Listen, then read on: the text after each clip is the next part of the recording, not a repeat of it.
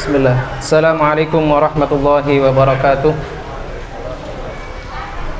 Alhamdulillahi rabbil alamin wa bihi nasta'in ala umuri dunya waddin.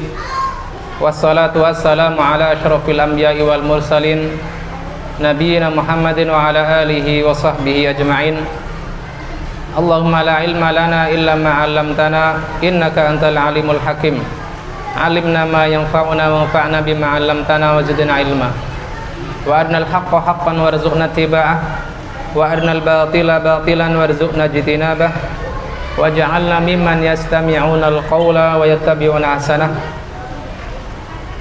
Amma ba'du, fa ya ayyuhal asatidzah wal ustadzat, alhamdulillahi rabbil alamin atas karunia dari Allah Subhanahu wa taala di musim-musim penghujan ini. Allah Subhanahu wa taala masih mudahkan kita untuk bermujalasah dalam rangka tafaqquh fiddin, yang mana ada ungkapan yang menarik dari para alim ulama, yang mana al-ilmu rahimun baina ahlihi, bahwasanya ilmu itu akan menyambungkan di antara para pemiliknya, antara alim dan para penuntut ilmunya. Seakan-akan ilmu adalah ar-rahmah wal qurbu wal ukhuwah. Dengan kita belajar menuntut ilmu, maka ada kasih sayang yang tersambung di antara para penuntut ilmu, kedekatan, begitu pula persaudaraan. Jangan sampai masing-masing mengklaim pengikut ilmu, penuntut ilmu, tetapi saling muqata'ah, saling memisahkan diri. Waliyadzubillah. Karena ilmu adalah kal ilaqah bainal qarabah alladzina yuladuna min rahimin wahid, bahwasanya ilmu itu adalah seperti kekerabatan, hubungan kekerabatan yang akan menyambungkan para pemiliknya dan para pencarinya seperti lahir dari rahim yang satu. Kemudian bahwasanya la yazalu rajulu aliman matalabil ilmi, seseorang dinyatakan senantiasa, ya, dikatakan dia alim apabila dia terus belajar. Idza dhanna annahu aliman, ya, annahu alimun faqad jahula, maka tatkala dia menyangka sebagai orang alim tidak perlu lagi belajar, maka waliyadzubillah, maka dia sesungguhnya jatuh kepada kejahilan. Maka dengan duduknya kita di sini adalah terus-menerus dalam rangka belajar, baik terlingkup oleh pelajaran formal ataukah tidak formal. Salawat dan salam semoga senantiasa tercurah kepada Nabi Muhammad SAW, kepada keluarga beliau dan para sahabat beliau, serta tercurah pula kepada orang-orang yang berusaha komitmen mengikuti sunnah beliau. Dan semoga tercurah pula pada kita yang pada Senin pagi, ya, setiap Senin pagi kita berusaha mempelajari hadis-hadis beliau. Pagi ini kita akan masuk pada bab ke-50 dari kitab Riyadhus Shalihin. Monggo barangkali ikut menyimak di PDF ataukah Maktabah Syimila. Kita pagi ini akan membahas babul khauf, bab takut kepada Allah Subhanahu wa taala. Al-Imam Nawawi rahimahullah ta'ala membawakan beberapa ayat sebelum beliau membawakan hadis-hadis terkait dengan hadis khauf. Di antaranya adalah firman Allah Ta'ala, wa iyaya farhabun, dan hanya kepadakulah hendaknya kalian takut. Kemudian inna batasya rabbika lasyadid, sesungguhnya siksaan Rabbmu itu benar-benar amat keras. Di surat Al-Buruj ayat 12. Kemudian di surat Uhud Allah Subhanahu wa taala berfirman, wa kadzalika akhdhu rabbika idza akhadhal qura wa hiya zalimah inna akhdahu alimun syadid.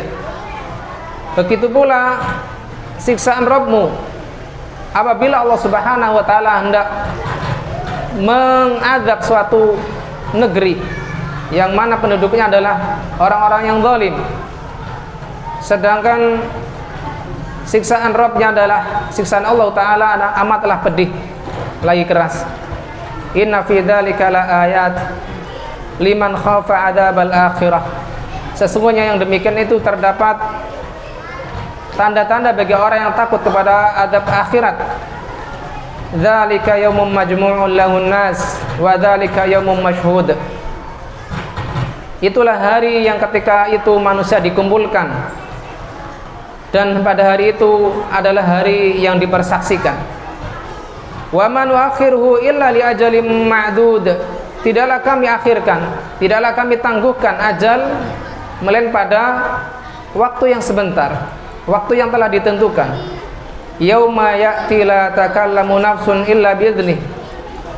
Hari yang ketika dia datang tidaklah ada seorang pun yang berbicara kecuali dengan izin Allah. Faminhum syaqiyyu wa sa'id. Di antara mereka ada yang sengsara dan ada yang bahagia. Fa ammal ladzi syaqu fa fin nari lahum fiha zafiru wa syahiq. Adapun orang-orang yang sengsara maka tempatnya adalah di neraka. Lahum fiha zafirun wa syahiq, yang mana di dalamnya mereka menarik dan mengeluarkan nafas dengan merintih. Waliyadzubillah.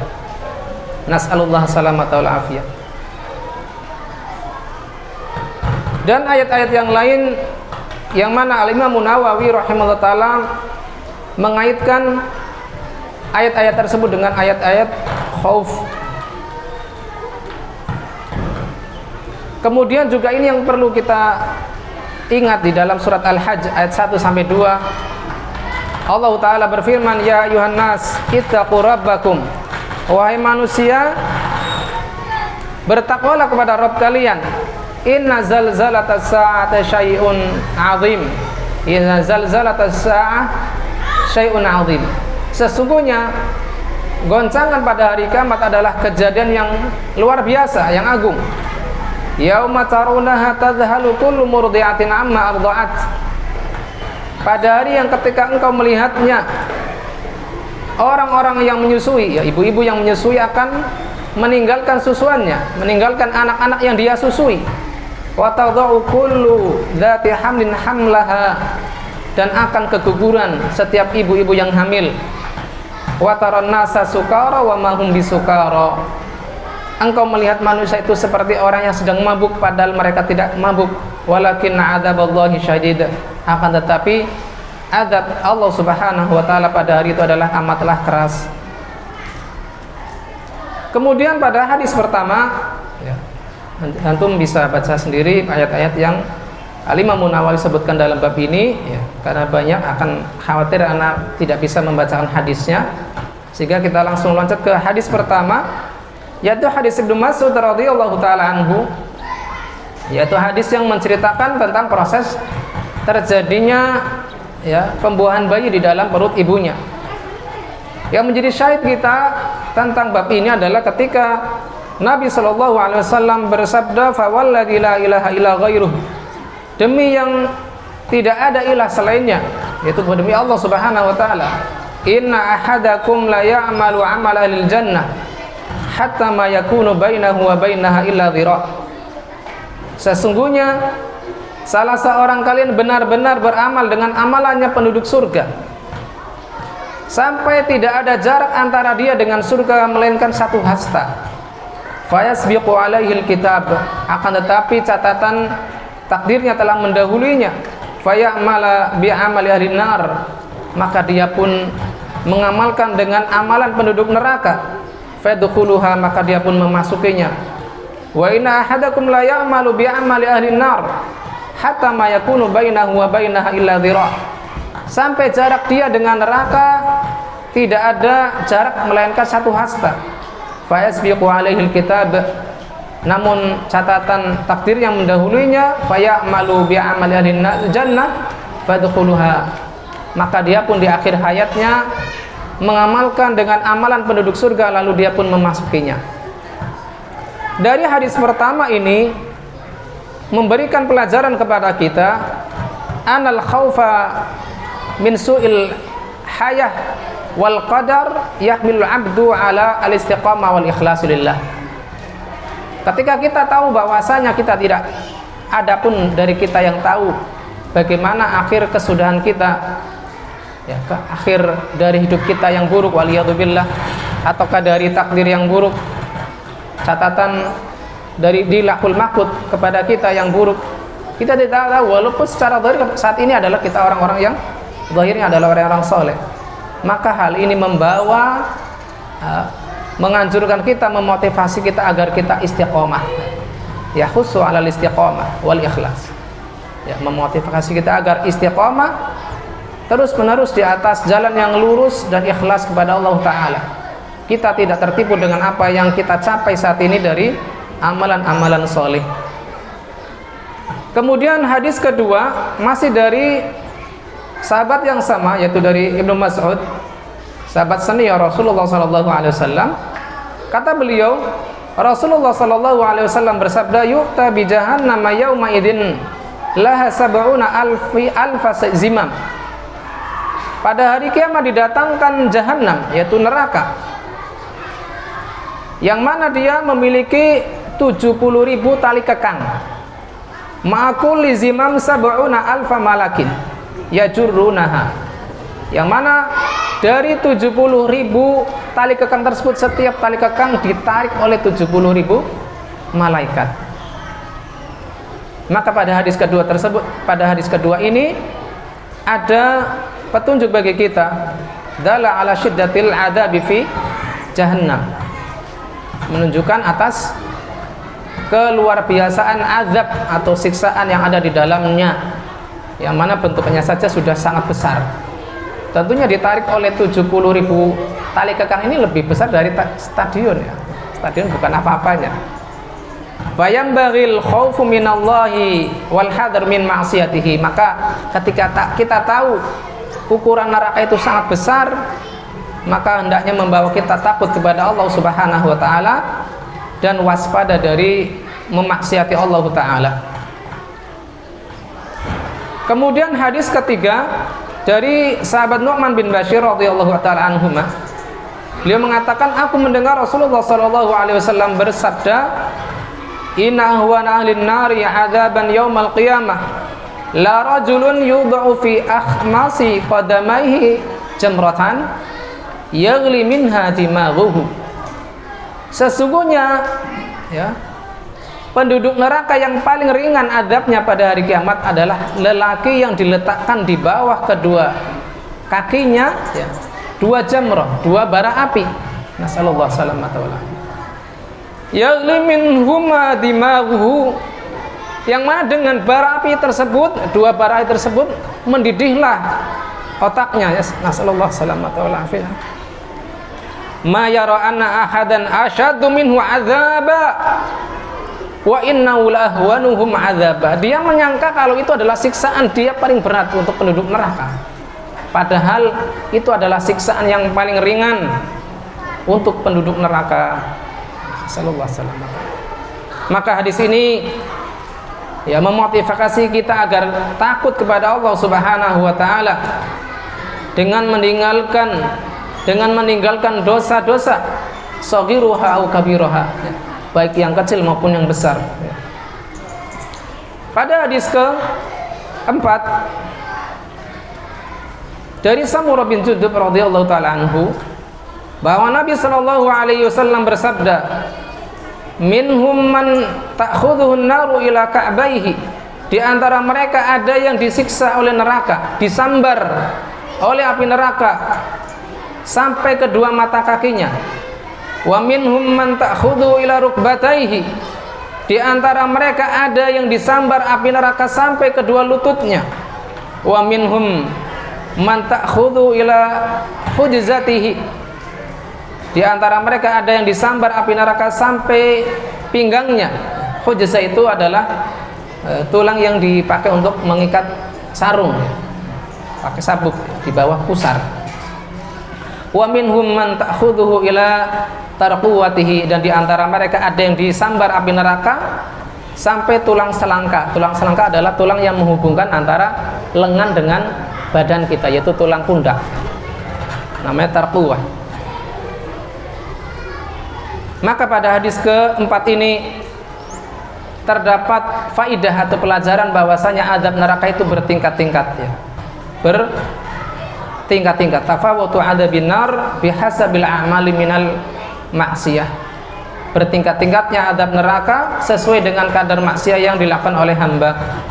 Maka dari sini kita mengambil pelajaran agar kita termotivasi ya, agar bersungguh-sungguh di dalam ketaatan kepada Allah Ta'ala, walibti'adu anil maksiati kulliha, dan bersungguh-sungguh pula untuk menjauhi maksiat ya, baik kecil ataupun besarnya.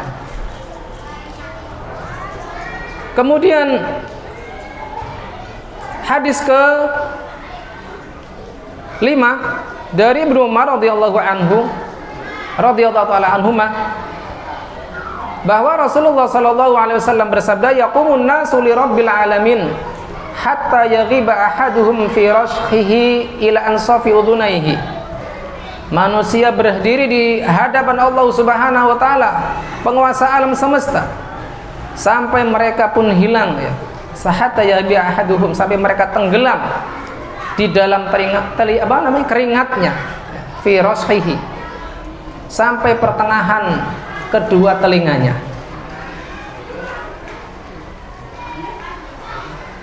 Kemudian hadis ke-6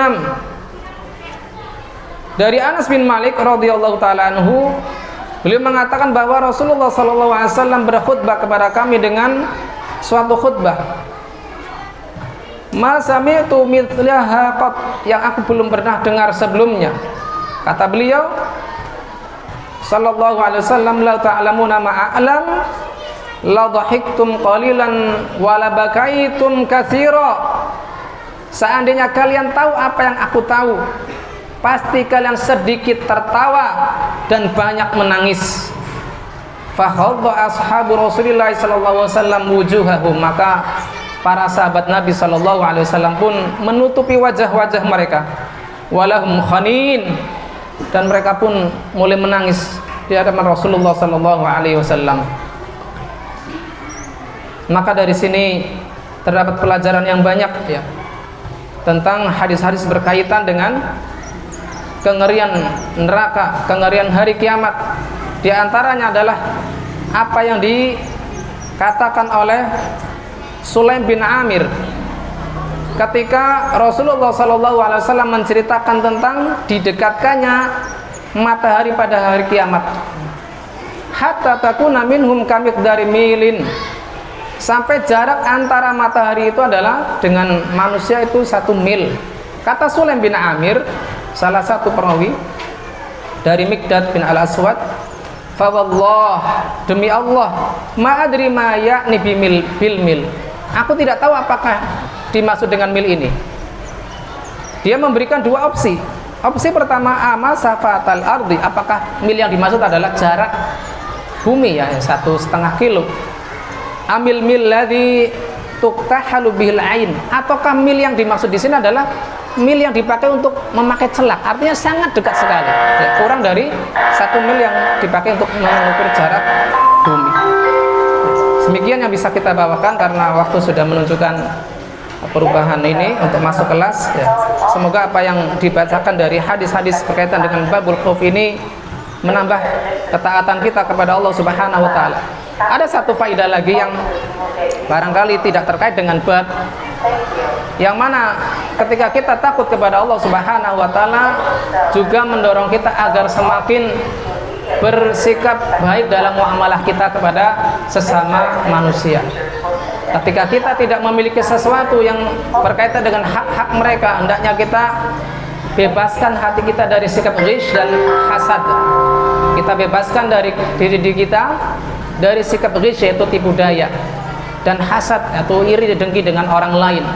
Adapun ketika kita diberikan amanah dalam bentuk hal-hal yang berkaitan dengan hak-hak orang lain, hendaknya kita tunaikan hak-hak mereka dan kita tidak tahan sedikit pun dari hak-hak mereka, karena apa yang berkaitan dengan hak-hak anak Adam tidak cukup dengan bertaubat kepada Allah Ta'ala, tidak cukup dengan takut kepada Allah Ta'ala, tetapi hendaknya ditunaikan sebagaimana hak-hak yang mereka berhak dari kita. Allah Ta'ala alam bisawab. Semoga apa yang kita bahas dari pelajaran Babul Khauf ini bermanfaat bagi saya yang menyampaikan dan antum yang menyimaknya. Kurang lebihnya mohon maaf. Billahi taufiq wal hidayah. Walafu minkum. Nakhtatim darsana bi du'a kafaratil majlis. Subhanakallahumma wa bihamdik asyhadu an la ilaha illa anta astaghfiruka wa atubu ilaik. Assalamualaikum warahmatullahi wabarakatuh.